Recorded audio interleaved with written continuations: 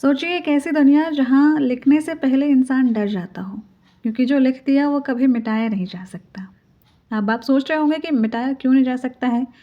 Eraser तो होता ही है, अगर नहीं है तो खरीद लेना चाहिए। तो बिल्कुल बात सही है, लेकिन ये इरेज़र की डिस्कवरी से पहले की बातचीत है।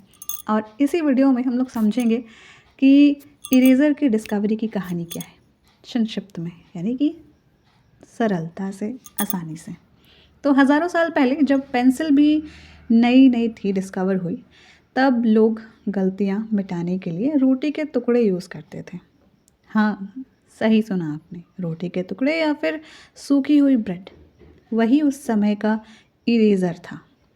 पर फिर धीरे धीरे समय गुजरा, और जैसा कि हम जानते हैं कि जैसे जैसे टाइम गुजरता है, ह्यूमन इवोल्यूशन होता है या फिर नई चीज़ें इवॉल्व होकर सोसाइटी में आती हैं।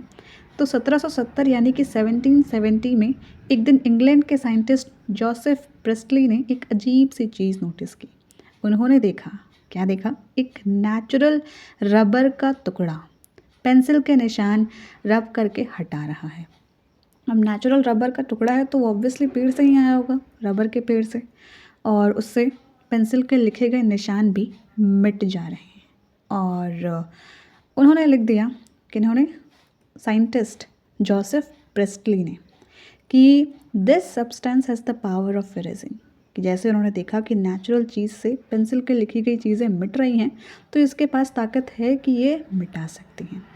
बस वहीं से जन्म हुआ इरेज़र का। इसे रबर भी कहा गया। जैसे आप इंडिया में तो मोस्टली नॉर्मल भाषा में रबर ही कहते हैं, बट स्टैंडर्ड जो वर्ड है वो है इरेज़र।